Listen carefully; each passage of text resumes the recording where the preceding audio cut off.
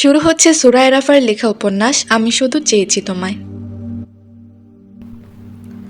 অপ্রীতিকর মুহূর্তের বিভীষিকাময় আবহ এখনও বিরাজমান। চারিদিক থমথমে ঘুমট। টমেটো প্রিন্স আর তার দলবল প্যান্ট হাউস ত্যাগ করেছে বহুক্ষণ। সেকেন্ড লিডারের অকস্মাৎ আগমনে ইতোমধ্যে সচকিত পাইথন প্যারাডাইস। টেরিটরি সুরক্ষায় কালো পোশাকধারী মাফিয়া সৈন্যদের নির্ভীক অবস্থান। শত্রুপক্ষের কিঞ্চিত আভাসে খুলে দেওয়া হয়েছে দোতলার বেসমেন্টের একাংশ। সেখান থেকে শয়ে শয়ে বেরিয়ে এসেছে হিংস্র সাদা নেকড়েদের পাল।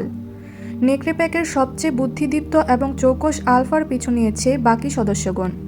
উদ্দেশ্য চোখের পলকে পুরো জঙ্গল ঘেরাও করা।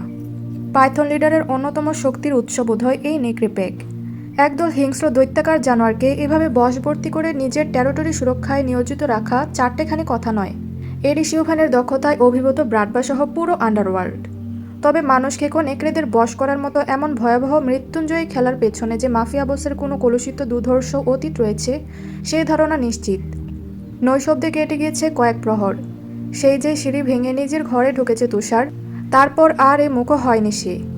ফ্লোরা মেয়েটা এখনও ঠায় দাঁড়িয়ে আছে লাউঞ্চে। কোমল শরীরের সবটুকু ভার শীতল মেঝেতে ছেড়ে অশ্রু বিসর্জন দিয়ে যাচ্ছে অনর্গল। কোনো এক অযাচিত কারণবশত হাসিখুশি প্রাণোচ্ছল মেয়েটার হৃদয় জুড়ে উদ্ভাসিত অভিমানে আজ থমকে গিয়েছে পুরো প্যান্ট হাউস। অভিব্যক্তিহীন শক্ত হৃদয়ের মানুষটার জন্য ভেতরে তৈরি হওয়া অনুভূতিটুকু অশ্রু জোয়ারের মেসেলে বিলীন হচ্ছে নৈসর্গে।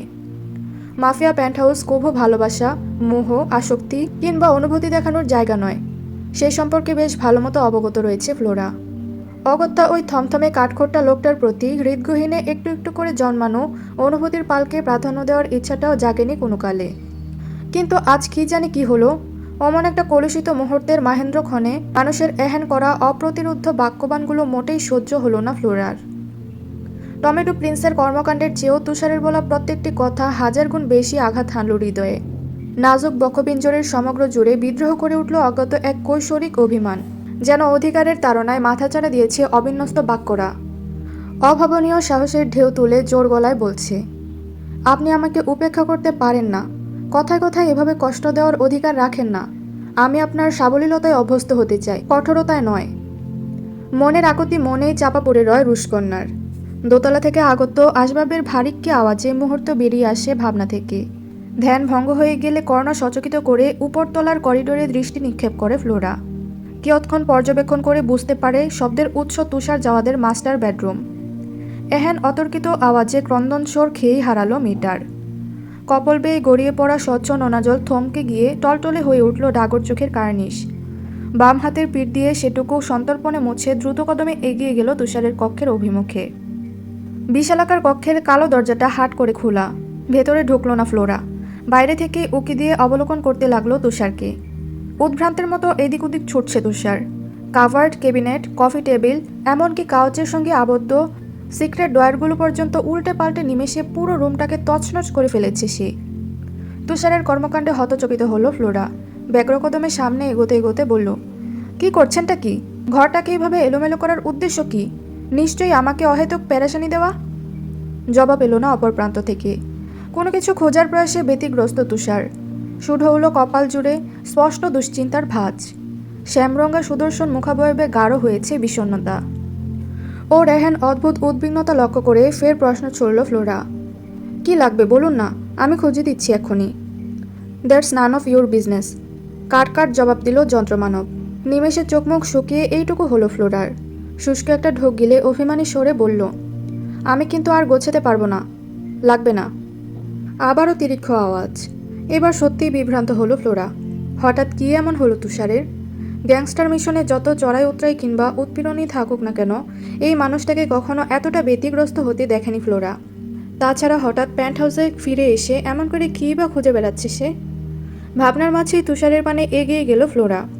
বিঘাতখানিক দূরে দাঁড়িয়ে ঠোঁট ফুলিয়ে বলে উঠল, কতদিন পরে প্যান্ট হাউসে ফিরে এলেন, অথচ শুরু থেকে বকেই যাচ্ছেন। এখন কিছু জিজ্ঞেস করছি তাও ঠিকভাবে উত্তর দিচ্ছেন না। আমি কি এতটাই ফেল না? কোনো এক অযাচিত কারণে বুক ভার করা দীর্ঘশ্বাস ছাড়ল তুষার। উল্টানো কফি টেবিলের একেবারে মাঝ বরাবর অদৃশ্য এক গোপন কৌটা। হাঁটু ভেঙে মেঝেতে বসে সেটাই টেনে টুনে বের করার অদম্য চেষ্টা চালাতে চালাতে ফ্লোরার কথার প্রত্যুত্তর করল সে, আমাকে কি নতুন দেখছো তুমি, নাকি আমার আচার আচরণ নতুন তোমার কাছে? কোনটা? তুষারের মুখোমুখি হয়ে হাঁটু গেড়ে বসল ফ্লোরা। বুকের মাঝে আদম্য সাহস জুগিয়ে বলল, কোনোটাই নতুন নয়, কিন্তু আপনার মুখ থেকে নিজের প্রতি যত্নশীল বাক্য শোনার আগ্রহটা নতুন। আপনার চোখে আমার জন্য মায়া দেখতে চাওয়ার অনুরক্তিটা নতুন। অকস্মাৎ থমকে গেল তুষার। টেবিল থেকে দৃষ্টি সরিয়ে তরাক চোখ ঘুরালো সম্মুখে। কুণ্ঠিত নজরে এদিকেই চেয়ে আছে ফ্লোরা। তুষারের কৌতূহলী চাহনিকে মোটেই উপেক্ষা না করে কথা বাড়ালো সে। খানিক সংকীর্ণতা নিয়ে কম্পিত স্বরে বলে উঠল, আপনি তখন লাউঞ্জে বলেছিলেন যে আমি আপনার, না মানে টমেটো প্রিন্সকে ওভাবে মারছিলেন। তখন খুব অধিকার নিয়ে বলেছিলেন কথাটা। কি অবুঝ তুমি মেয়ে, কতটা সরলই না তোমার ভাবনাগুলো, তোমার সহজ স্বীকারোক্তিগুলো। ভাবনার অতলে এক মুহূর্ত ডুবল তুষার। পরক্ষণেই অভিব্যক্তি বদলে ফিরে এলো বাস্তবতায়। ফ্লোরার সুখ ও অনুভূতিকে এক প্রলয়ে ছিন্ন ভিন্ন করে দিতে চিরাচরিত থমথমে গলায় বলে উঠল, এই প্যান্ট হাউস থেকে শুরু করে পুরো পাইথন প্যারাডাইস, ক্যাসিনো ক্লাব সবকিছুই আমার দায়িত্বের অন্তর্ভুক্ত ফ্লোরা। এরিসের টেরিটরি রক্ষায় জীবন উৎসর্গ করার ক্ষমতা রাখি আমি, আর তুমি তার বহির্ভূত নও। তোমার সুরক্ষা নিশ্চিত করাও আমার অন্যতম দায়িত্ব। স্বগতোক্তিতে কথা শেষ করে হাতের কাজে মন দিল তুষার। টেবিলের সিক্রেট ড্রয়ারে সন্তর্পণে তুলতে লাগলো ইলেকট্রিক পাসওয়ার্ড। অভিমানে চুপসে গেল ফ্লোরা। ধরা গলায় শুধালো, ব্যাস এটুকুই, আর কিছু নয়? জবাব দেওয়ার ফুরসত হলো না বিপরীত পক্ষের। তার আগেই হাতে এসে আটকালো একটা আতপোড়া সাদা কালো ফটো। আঙুলের ভাঁজে আটকানো ছবিটার পানে মোহ দৃষ্টে নিষ্প্রভ চেয়ে আছে তুষার। তুষারের এহেন শূন্য ভাবাবেগ লক্ষ্য করে ফ্লোরাও উকি দিল সেদিকে। দেখল সদ্য বিবাহিতা এক বাঙালি রমণীর হাস্যোজ্জ্বল মুখাবয়ব, ক্যান ক্যান শোভিত সাদা গাউন, আর হাতের ফ্লাওয়ার প্যাকেটের সমৃদ্ধে এখনও সে প্রথম দিনের মতোই স্নিগ্ধ দেখাচ্ছে তার বৈবাহিক সাজসজ্জা। তবে আশ্চর্যের বিষয় হলো রমণীর পার্শ্বে অবস্থিত মানবের চেহারাটা পুরোপুরি পুড়িয়ে দেওয়া হয়েছে অগ্নিশিখার অনলে।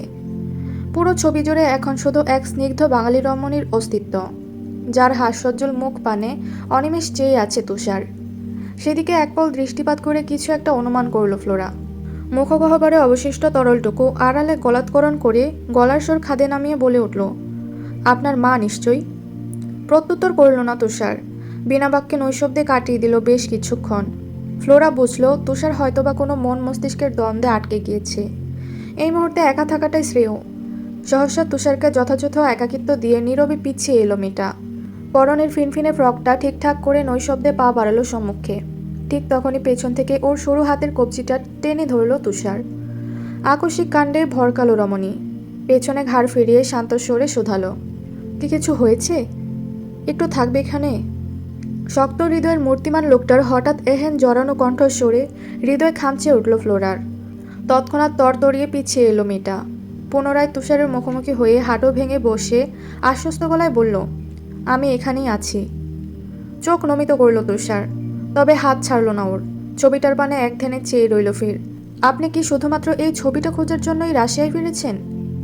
ধীরস্থির চোখ তুলল তুষার। রুশকন্যার মোহনীয় গোলাপি মুখপানে চেয়ে অতি ভঙ্গুর স্বরে বলে উঠল, Flora, can I hug you for a moment? হকচকালো ফ্লোরা। গ্যাংস্টার মানবের মুখে বারংবার এমন শিশুসুলভ আবদার শুনে নিমেষে মিইয়ে গেল আড়ষ্টতায়। কণ্ঠনালী রোধ করে রেখেছে দ্বিধাদ্বন্দ্বের মহাপ্রাচীর। অগত্যা সংকীর্ণতায় তোতলাতে শুরু করে মেয়েটা। আসলে মানে, জিভের ডগায় বাক্য আটকে আছে। ঠিক সেই মুহূর্তে ওকে চট করে থামিয়ে দিল তুষার। দীর্ঘশ্বাস ছেড়ে ভাবাবেগ শূন্য থমথমে গলায় বলল, আম সরি, এক্সট্রিমলি সরি। কথা কটা শেষ করে তাড়াহুড়ো উঠে যাওয়ার জন্য উদ্যত হয় তুষার। ঠিক তখনই টান পড়ল পুরুষালী হাতের মাঝে। সহসা পিছু ফিরল তুষার। কিছু বুঝে ওঠার আগেই ফ্লোরা ঝুঁকে এসে দুহাতে ওর গলা জড়িয়ে ধরল সবেগে। ঝরঝরে সিল্কি চুলে নমনীয় হাতের পরশ বুলিয়ে বলল, আমি আছি তো। মুহূর্তেই রুশকন্যার লতানো পৃষ্ঠদেশ আবদ্ধ হলো পুরুষালী দু হাতে। বলিষ্ঠ হাতের বাঁধনে সংকীর্ণ হয়ে এলো দুটি দেহের সামান্যতম দূরত্ব। মূর্তি মানবের প্রতিটি অসহায় দীর্ঘশ্বাস কম্পিত করে তুলল ফ্লোরাকে। কি ভেবে যেন আরও খানিকটা কাছাকাছি এসে হাতের বাঁধন শক্ত করল ফ্লোরা। চওড়া পিঠ জুড়ে আশ্বস্তির প্রলেপ বোলাতে বোলাতে ভীষণ আদরের সুরে শোধালো, আপনি এতদিন বাংলাদেশে ছিলেন, নিশ্চয়ই সেখানে মাকে খুঁজে পেয়েছেন। বাক্যহীন তুষার। সম্পূর্ণ নীরবতার মধ্যে দিয়ে অতিবাহিত হলো কিয়ৎক্ষণ। মুখ ফুটে জবাব না দিলেও নিজের উন্মুক্ত ঘাড়ে অনুভূত হওয়া তপ্ত নোনাজলটুকু অনেক কিছুই জানান দিয়ে গেল ফ্লোরাকে। ও দীর্ঘশ্বাস ছেড়ে নতুন উদ্যমে বলে উঠল, মা বোধহয় চিনতে পারেননি আপনাকে, তাই না? রমণীর ঘাড়ে মুখ গুজে রাখা অবস্থাতেই অবুঝের মতো নাসূচক মাথা নাড়ালো তুষার। জিভের ডগায় অধর ভেজালো ফ্লোরা। বলল, আপনি চিনেছিলেন? পুনরায় নৈশব্দ। ফ্লোরা দমল না। ভগ্ন হৃদয়ের তুষারকে সন্তর্পণে দুহাতে আগলে রেখেই ছুড়ল বাক্যবান, আপনি চিনেছিলেন, তাহলে পরিচয় কেন দিলেন না? অতপর বহুক্ষণ বাদে নড়িচড়ে ওঠে তুষার। রুশকন্যার ফিনফিনে ভূষণে বাধাভাঙ্গা অশ্রুজ্জ্বল টুকু আলগুছে মুছে ইতি টানে জোরালো সেই স্বর্গীয় আলিঙ্গনের। আতপোড়া সাদাকালো ছবিটা পুনরায় চোখের সামনে তুলে ধরে জানায়, এতগুলো বছর পরে নিজের জন্মদাত্রীর কাছে তুলে ধরার মতো কোনো পরিচয় নেই আমার ফ্লোরা। আমি যে নিষিদ্ধ দুনিয়ার অন্তহীন পাপিষ্ট। আমার দুহাতের নৃশংসতার ছড়াছড়ি, শরীর জুড়ে বিভীষিকার উদ্ভাসন, সমগ্র বাস্তবতার কাছে ঘৃণিত এক মানব আমি। কে বলেছে সমগ্র বাস্তবতার কাছে ঘৃণিত আপনি? আমাকে কি মরীচিকা মনে হয়? মেয়েটার পানে নির্লিপ্তে চাইল তুষার। ভীষণ কাতর স্বরে বলল, তাহলে সমগ্র দুনিয়ার কাছে আমার মা কেন আমায় অস্তিত্বহীন বানিয়ে রাখলো বলতে পারো? কিঞ্চিত আশ্চর্য হলো ফ্লোরা।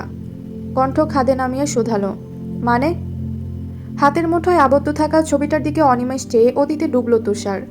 মনস্পটে ভেসে উঠল সেদিন নিঝুমকে বাড়ি পৌঁছে দেওয়ার মুহূর্তটা। রিকশা না ধরিয়ে দিলেও নিজের গাড়িতে করে নিঝুমকে খালার বাড়ি অবধি পৌঁছে দিয়েছিল তুষার। মন মস্তিষ্ক জুড়ে চলছিল অসহনীয় উৎপীড়ন। তন্দ্রা যাওয়াত নামটা শোনার পর থেকেই অজ্ঞাত সব কৌতূহল ক্রমশ প্রশ্নবিদ্ধ করে তুলছিল মাস্টারমাইন্ড খ্যাত তুষারকে। নিজের মাকে খুব ছোটবেলায় দেখেছিল তুষার। মনস্পটে চেহারা স্পষ্ট নয় কভু, তবুও স্বপ্নে বিচরণ করা একচ্ছত্র এক শ্যামলতা মানবীর মুখাবয়ব আজ বহু বছর ধরে তাড়া করে বেড়াচ্ছে ওকে। তুষার জানে এটাই ওর মা তন্দ্রা যাওয়াত। তবে নিজের অস্তিত্বের সঙ্গে আষ্টে পৃষ্ঠে জুড়ে যাওয়া মাফিয়া সাম্রাজ্যের কলুষিত অধ্যায়ের শেকড়ে পৌঁছে আর কখনো খুঁজে দেখার ইচ্ছে হয়নি ওই অস্পষ্ট চেহারার অন্তরালের শ্যামলতা মানবীকে। কিন্তু আজ কিছুতেই মানছে না পাথর কঠিন মন। বারবার তাকে দেখার প্রয়াসে মাথাচাড়া দিয়ে জাগ্রত হচ্ছে অবাধ্য ইচ্ছেরা। ফলস্বরূপ নিঝুমের খালা বাড়ি অবধি চলে আসা। বাড়ির গেটে পৌঁছে গাড়ি থেকে নেমে পড়ে নিঝুম, সঙ্গে তুষারও। চোখের সামনে মার্বেল পাথর শোভিত বিশাল বড় অট্টালিকা। সফেদ আলোর রোশনায়ে রাজপ্রাসাদের ন্যায় ঝলমল করছে চারিপাশ। চারিদিকের সৌন্দর্যবর্ধক গাছগাছালি আর সাজসজ্জা যেন গৃহকর্ত্রীর রুচিশীলতার বাহক। গেটের বাইরে থেকেই পুরো বাড়িটা এক নজরে পরখ করে নিল তুষার। তন্মধ্যে ওপাশ থেকে এগিয়ে এলো নিঝুম। সম্মোহনী হেসে বলে উঠল, সুন্দর তাই না? ইয়াপ, তোমার খালামণি বেশ রুচিশীল। চটজলতি হ্যাঁ সূচক মাথা নাড়ালো নিঝুম। বলল, ঠিকই ধরেছেন। সারাদিন একা একা থাকে আর বাড়ির পরিচর্যা করে। একা একা কেন? তোমার আঙ্কেল কিংবা খালাতো ভাই বোন নেই? নিমিষেই আধার ঘনালো দু চোখে। পাংশুটে মুখটা আড়াল করার বৃথা চেষ্টা চালিয়ে নিঝুম জানালো, আঙ্কেল মারা গিয়েছেন বহু আগে। একজন খালাতো ভাই রয়েছে, তুর্য ভাই। সেও নিজের কাজে বেশ কিছু বছর ধরে বিদেশে। শুনেছি বহুদিন হলো দেশে ফিরেছেন, তবে অফিসের কাজ মিটিয়ে এখনও বাড়িতে আসার সুযোগ হয়নি তার। ওই জন্যই তো সবসময় একা থাকতে হয় খালামণিকে। দীর্ঘশ্বাস ছাড়ল তুষার। আগ বাড়িয়ে জিজ্ঞেস করল, আর কোনো ছেলেমেয়ে নেই তার? তৎক্ষণাৎ না জানালো নিঝুম। তুষার ফের বলে উঠল, আচ্ছা, তোমার খালামণি কখনো রাশিয়া গিয়েছেন? অজ্ঞাত তুষারের এত এত প্রশ্ন শুনে ভ্রু কুচকালো নিঝুম। সন্দেহের উৎপত্তি ঘটল মস্তিষ্কে। নিগুড় দর্শনে যুবককে পরখ করতে করতে কপাল বেঁকিয়ে উঠে বলল, তখন থেকে একের পর এক অহেতুক প্রশ্ন করেই যাচ্ছেন, বলে আপনি জানে কি করবেন এত কিছু? জোরপূর্বক কেসে উঠল তুষার। বিষম খাওয়ার ভান ধরে বলল, না মানে এমনি কিউরিসিটি। তোমার খালামণির এত বড় বাড়ি, অথচ তোমার ভাষ্য মতে তোমরা মধ্যবিত্ত। আনমনে ব্যাগের চেন ধরে টানাটানি করতে করতে ঠোঁট উল্টালো নিঝুম। আফসোসের স্বরে বলল, তা তো হবেই। খালামণি কোটি কোটি টাকার মালিক। তার রাশিয়ান বাবার সব সম্পত্তিই তো খালামণির। আর আমার মা তো খালামণির সৎ বোন হয়। দুজনের মা একজন হলেও বাবা আলাদা। খালামণি তো তার বাবার কাছেই ছোট থেকে বড় হয়েছেন। তারপর কেন যেন অনেক বছর পরে হুট করেই দেশে ফিরে এলেন। দেশে ফেরার পরেই মূলত আঙ্কেলের সাথে বিয়ে হয় তার। সেকেন্ড ম্যারেজ, তাই তো? আপনি কি করে জানলেন? হতচকিত হয়ে প্রশ্ন ছুড়ল নিঝুম। ওর কথার পাছে তুষার কিছু বলবে তার আগেই একটা অফ হোয়াইট টয়েটো এসে থামলো বাড়ির গেটে। ফলস্বরূপ এখানে ইতি ঘটল দুজনার রহস্যে ঘেরা বাক্যালাপের। তৃতীয় ব্যক্তির আগমনে নিঝুম তুষার একযোগে ঘাড় ঘোরালো পিছনে। নজরে এলো শাড়ি পরিহিত একজন মাঝবয়সী আধুনিকা রমণী। পা থেকে মাথা অবধি বেশভূষা অত্যন্ত পরিপাটি তার। গেটের কাছ থেকেই গাড়িটাকে বিদায় জানিয়ে স্বগতোক্তিতে সামনে এগোলো সে। মাঝপথে নিজমকে দেখতে পেয়ে গতি স্থির করল পায়ের। মেয়েটাকে আগাগোড়া পরখ করে স্নেহের স্বরে শাসিয়ে উঠলেন তিনি। সন্ধ্যা হয়েছে সেই কখন, এখনো বাইরে কি করছো? এই তো খালামণি, বাড়িতেই ঢুকছিলাম। ঘোরাঘুরি যাই করো না কেন, সূর্যাস্তের আগ পর্যন্ত। এরপর আর বাইরে থাকার দরকার নেই। ট্যুরিস্ট এরিয়া হলেও এলাকা ভালো নয়। আশেপাশের কাউকে বিশ্বাস নেই। কখন কার মধ্যে থেকে সুইট ডেমন বেরিয়ে আসে তা বলা মুশকিল। Sweet demon. ভ্রু বাঁকিয়ে পরপর একই শব্দের পুনরাবৃত্তি করে নিঝুম। ওর কথার জের ধরে তন্দ্রা যাওয়াত কিছু বলবেন তার আগেই দৃশ্যগত হয় বলিষ্ঠ শরীরের একটা লম্বা মতো যুবক। স্ট্রিট লাইটের তীর্যক আলোয় ঝকঝকে পরিষ্কার ছেলেটার ধারালো কঠিন মুখাবয়ব। কি ভেবে যেন যুবকের মুখের পানে নির্লিপ্তে চেয়ে রইলেন তন্দ্রা যাওয়াত। খানিকক্ষণ অতিবাহিত হলো নৈশব্দে, অতঃপর অস্পষ্টে বলে ওঠে, কে তুমি? তন্দ্রা যাওয়াদের প্রশ্নে স্থবির হয়ে পড়ল তুষার। মাথার ওপর সদ্য বাজ পড়ার মতোই চমকে উঠল অকস্মাৎ। ওর নির্বিকার অভিব্যক্তি দেখে মনে হচ্ছে এর চেয়ে কঠিন প্রশ্ন বোধহয় পৃথিবীতে দ্বিতীয়টি আর নেই। সত্যিই তো নেই। পরিচয় থাকুক আর নাই বা থাকুক, হিমালয় সম দূরত্বের প্রাচীরের অন্তরালে যার সহিত প্রকৃতির নিয়মে ঈশ্বর প্রদত্ত নারীর টান বিদ্যমান, সেই জন্মদাত্রী মানবীকে কি প্রত্যুত্তর করবে তুষার? কি বলবে, আমি আপনার ছেলে? এমন করে কি আদৌ বলা যায়? বোধহয় যায় না। কারণ ইতিমধ্যে তুষার অনুমান করতে পেরেছে পুরো পৃথিবীর সমক্ষে তন্দ্রা যাওয়াদের ছেলে হিসেবে একজনেরই পরিচিতি রয়েছে, আর সে হলো তুর্য যাওয়াত। নির্বিকার শিশুর ন্যায় সেই তখন থেকে তন্দ্রা যাওয়াদের পানে ফেলিয়ে চেয়ে আছে তুষার। তা লক্ষ্য করতেই আগ বাড়িয়ে কথা পারে নিঝুম। খালামণিকে ধাতস্থ করে বলে ওঠে, উনি আসলে আমার ভার্সিটির সিনিয়র খালামণি। হঠাৎ বিচের ওখানে দেখা হয়, কথা বলতে বলতে বাড়ি অবধি এগিয়ে দিল আর কি। নিঝুমের কথায় আশ্বস্ত হয়ে তপ্ত শ্বাস ছাড়লেন তন্দ্রা যাওয়াত। গেট খুলে বাড়ির অভিমুখে এগিয়ে যেতে যেতে তুষারের পানে একপল নিগুড়ো দৃষ্টিপাত করে ভাগ্নির উদ্দেশ্যে বললেন, অতিথিকে ভেতরে নিয়ে এসো। মিষ্টি হেসে হ্যাঁ সূচক মাথা নাড়ায় নিঝুম। তৎক্ষণাৎ কঠোর আওয়াজে বাদ সাধল তুষার। উদ্গ্রীব হয়ে পেছনে ঘুরে লম্বা পা ফেলে গাড়ির দিকে এগিয়ে যেতে যেতে বলল, আমি আসছি। ভাবনার রীতি ঘটল তুষারের। নতুন উদ্যমে চোখের কার্নিশ সিক্ত হলো নোনা জলে। সঙ্গে সঙ্গে দ্বিতীয়বারের মতো উষ্ণ আলিঙ্গনে রক্তাক্ত হৃদয়ের ভঙ্গুর মানুষটাকে আবদ্ধ করে নিল ফ্লোরা। এবার আর সংকুচিত হয়ে নয়, অনেকটা সাহস আর অনুভূতির প্রকাশ ঘটিয়ে বাহ্যিক দূরত্ব ঘোচালো অকপটে। কোমল দুহাতের আবেশিত পরশে শখের পুরুষের এক সমুদ্র দুঃখ দূরীভূত করার ক্ষুদ্র প্রয়াস চালিয়ে স্বগতোক্তিতে বলল, আপনি আমায় ভালো নাই বাসলেন, নিজের মাফিয়া ইগোর কাছে দুর্বল নাই হলেন, তাতে আমার কোনো আফসোস নেই তুষার। কারণ দিন শেষে আপনার দুর্বলতা প্রকাশের একমাত্র পিছুটা নামি, আর আপনি চাইলেও সেটা উপেক্ষা করতে পারবেন না। এবার থেকে পৃথিবীর যে প্রান্তেই থাকবেন, হৃদয়ের ওই দুর্বলতারা আপনাকে আমার কথা মনে করিয়ে দিবে অহর্নিশ। সংলাপবিহীন নিগুড়ো আলিঙ্গনের হাত ধরে সুপ্ত অনুভূতিরা যখন তুঙ্গে বিরাজমান, তখন হৃদয়গহীনে ভেসে ওঠে অবাধ শোকের এক নিদারুণ পঙ্গুক্তি মালা। বাড়িয়ে দাও তোমার হাত, আমি আবার তোমার আঙুল ধরতে চাই। বাড়িয়ে দাও তোমার হাত, আমি আবার তোমার পাশে হাঁটতে চাই। বাড়িয়ে দাও তোমার হাত, তোমার হাত।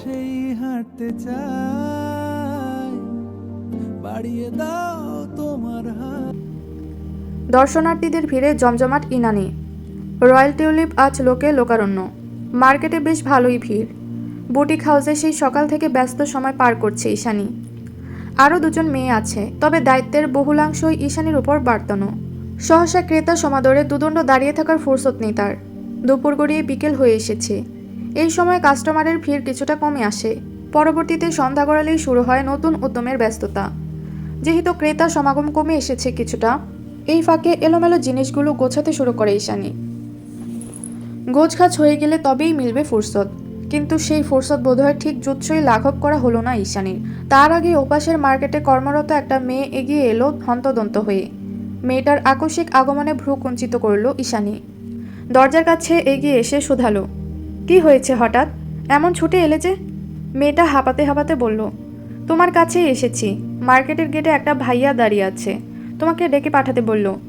আমি আবার দোকান ভর্তি কাস্টমার রেখে এসেছি, তাই ছুটতে ছুটতে এলাম। ভাইয়া? কোন ভাইয়া?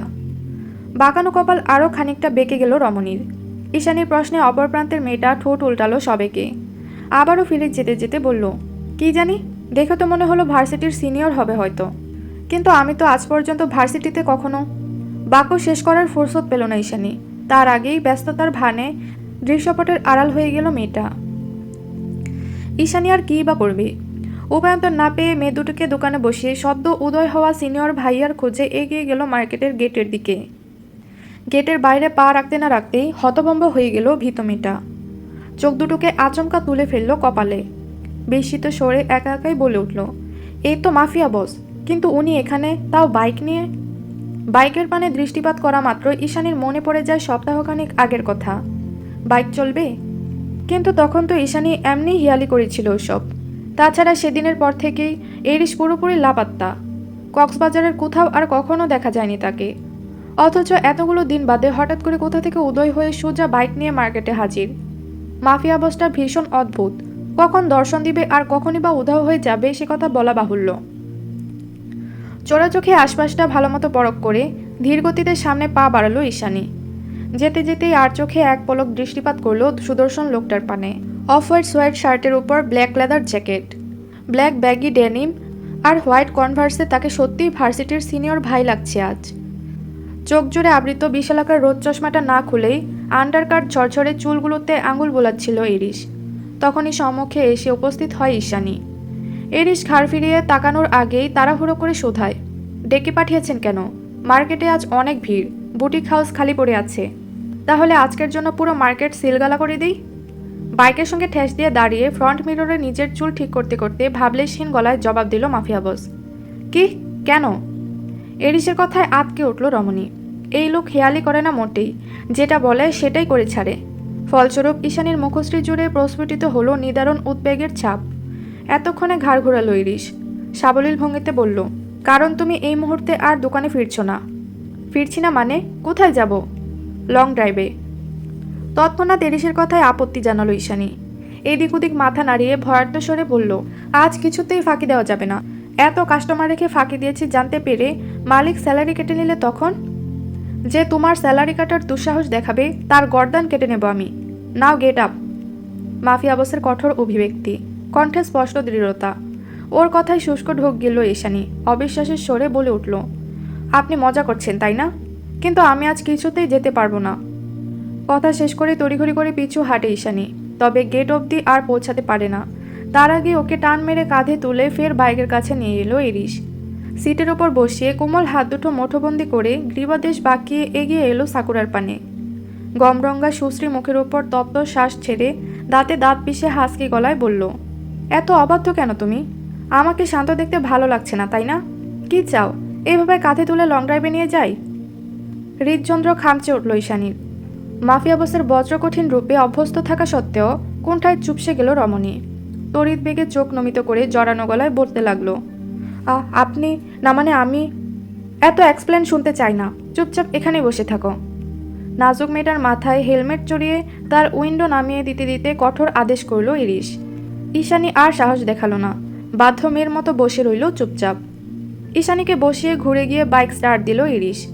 গিয়ার টানার আগে স্পষ্ট আওয়াজে বলল, ধরে বসো। কেন? অবুজের মতো প্রশ্নটা বেখেয়ালেই করে বসেছে ঈশানী। মস্তিষ্ক জুড়ে দুশ্চিন্তার অবিরাম লড়াই। এখন এভাবে এরিসের সঙ্গে যাওয়াটা ঠিক কতটা যুক্তিযুক্ত জুৎসই বুঝে উঠতে পারছে না মেয়েটা। মন বলছে কোনো বাধা নেই, মস্তিষ্ক বলছে নিষিদ্ধ দুনিয়ার কলুষিত মানুষটার চেয়ে বড় বাধা আর কী বা হতে পারে। ভাবনার গহীনে পুরোপুরি হারিয়ে যাওয়ার সুযোগ পেল না ঈশানী।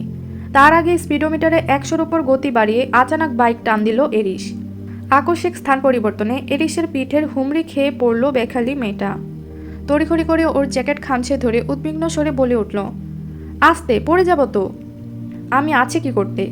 তীব্র বাতাসের গতিবেগে কথাগুলো স্পষ্ট নয় এরিসের, তবুও সংকীর্ণ হস্তে ওর জ্যাকেট খামছে ধরে কী ভেবে যেন আনমনে মৃদু হাসল ঈশানী। লোকালয় থেকে বহু ক্রোশ দূরে একটা প্রাইভেট সি বিচের কাছাকাছি এসে দীর্ঘযাত্রার ইতি টানল ওরা। বাইক থেকে নেমে ঈশানীকে নিয়ে ভেতরে প্রবেশ করল ইরিশ। কয়েক কদম সামনে এগিয়ে যেতেই থমকালো ঈশানী। শুনশান নিরিবিলি চারিদিক। ডানে বামে সামনে পেছনে যত দূর অবধি চোখ যায় মানুষ তো দূরে থাক, কোথাও একটা শঙ্খচিলের উপস্থিতি পর্যন্ত নেই। অথচ চারিপাশের পরিপাটি আর গোছানো পরিবেশ দেখলে মনে হয় বহু বছরের পরিচর্যার ফল এসব। বুক ভরে স্নিগ্ধ বাতাস গ্রহণ করে সাগরের দিকে এগিয়ে গেল ঈশানী। গোধূলির আভায় স্বর্ণাভ ঝিল দিচ্ছে স্বচ্ছ জলরাশির বহর। আছড়ে পড়া ঢেউয়ের তালে বারংবার সিক্ত হচ্ছে পদযুগল। কী ভেবে ঢেউয়ের মাঝে হাত বাড়িয়ে দিল ঈশানী। শীতল স্রোতের বিপরীতে আঙুলের খেলায় মত্ত থেকে প্রশ্ন ছুড়ল এরিসের পানে, আপনি বেছে বেছে সবসময় নির্জন জায়গাগুলোতে কেন আসেন বলুন তো? মানুষের উপস্থিতি অস্বস্তিদায়ক। নিঃশব্দে এগিয়ে এসে ঈশানীর পাশ ঘেঁষে বিস্তৃত বেলাভূমিতে বসতে বসতে জবাব দিল ইরিশ। জলরাশির গহীন থেকে হাত বের করলো ঈশানী। পাশ ঘুরে নির্বিকারে পরখ করলো মাফিয়া বসটাকে। খানিক নীরবতা ভেঙে বলে উঠল, আর আমার উপস্থিতি? দীর্ঘশ্বাস ছাড়ল ইরিশ। চোখের উপর থেকে রোদ চশমা সরিয়ে আচানক দৃষ্টি আবদ্ধ করল নীলাম্বরীর নেত্রগহ্বরে। নদীর মতো শান্ত গলায় জানালো, তোমাকে আমি চেয়েও পাই না। আমি আপনার পাশেই বসে আছি। ফের দীর্ঘশ্বাস। অন্তহীন জলরাশির পানে দৃষ্টিপাত করল ইরিশ। নিরেট স্বরে বলল, actually we are like December and January. We are so close, yet so far. চিত্তজুড়ে অসহনীয় সুপ্ত ব্যথার উদ্ভাসন। মাফিয়া বসের সামান্য এই আফসোসটুকু কেন হঠাৎ পীড়ার বর্ষণ নামালো হৃদয় জুড়ে জানা নেই রমণীর। অথচ ও পুড়ছে। দুই মনের দ্বন্দ্বে নীরবে পুড়ছে ঈশানী। ঈশানীর ভাবনার ছেদ ঘটালো ইরিশের অকস্মাৎ বাক্যবাণ। আমাকে কি আরেকটা সুযোগ দেওয়া যায় না? আমি জানি এটা তোমার জন্য কতটা কষ্টদায়ক, মেবি অসম্ভব, তবুও আমি চাইছি, কারণ আমার হৃদয় আমাকে এখানে এনে দাঁড় করিয়েছে। একটা সুযোগ। সেদিন মাহিনও ঠিক একইভাবে একটা সুযোগের অনুরোধ জানিয়েছিল ঈশানীর নিকট। আর আজ এরিশও। তফাৎ শুধু একটাই, মাহিনের জীবনটা জলসাঘরের মতোই ঝলমলে আলোকিত। চোখের সামনে সাজানো ভবিষ্যৎ তার। সর্বজন গ্রহীত ভদ্র সভ্য সমাজ স্বীকৃত একজন ভালো মানুষ সে। বাস্তবতায় তার বসবাস। আর অন্যদিকে নিষ্ঠুরতম মানব এরিশিওভান। তার চোখের মাঝে অন্তহীন শূন্যতা, আবেগ, অনুভূতি, মায়া, মমতা, এমনকি কোনো মনুষ্যত্বই ছুঁতে পারে না তাকে। অন্ধকারের নিশাচর সে। নিষিদ্ধ দুনিয়ার কলুষিত আত্মা, বাস্তবতা যার কাছে মরীচিকার সমতুল্য। তবুও অদ্ভুতভাবে মাহিন নয়, বরং নিষিদ্ধ দুনিয়ার কালো অধ্যায় চৌম্বকের মতো টানছে ওকে। চোখের সামনে বসা মাফিয়া বসের প্রতি অগাধ দুর্বলতায় ভেসে যাচ্ছে হৃদয়যন্ত্র। অথচ লোকটাকে সারা জীবনে ক্ষমা না করার পণ করেছিল ঈশানী। আর আজ দ্বিতীয়বার সুযোগের দোটানায় তার দিকে ক্রমশ ঝুঁকছে হৃদয়। মাহিনের উজ্জ্বল ভবিষ্যৎ কিংবা সর্বগ্রহীত সত্তা কোনো কিছুই ধরাশায়ী করতে পারে না ঈশানীকে। মস্তিষ্কের হাজারো বিঘ্নতা ছাপিয়ে অবদ্ধ মন বলে অরণ্য। ঈশানীর নিগূঢ় ভাবনার ছেদ ঘটালো ইরিশ।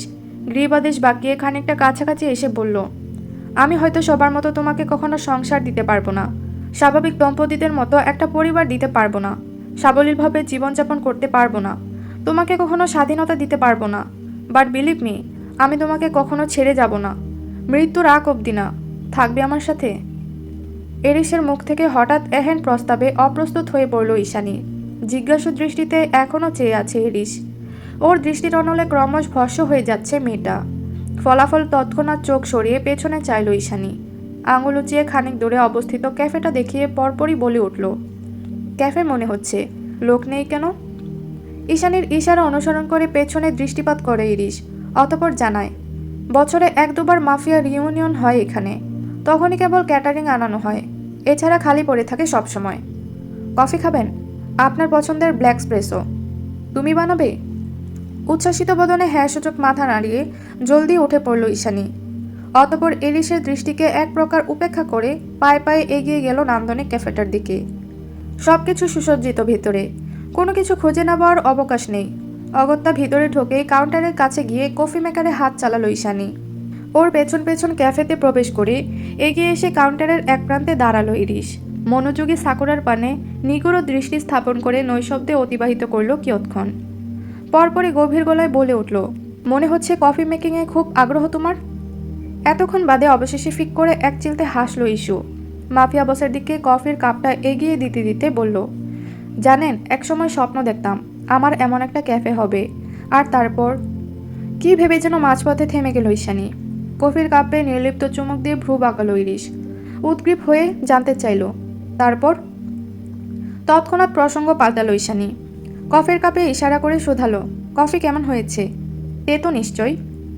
কফির কাপটা কাউন্টারে রেখে আচানক ঘুরে ঈশানীর প্রান্তে চলে এলো ইরিশ।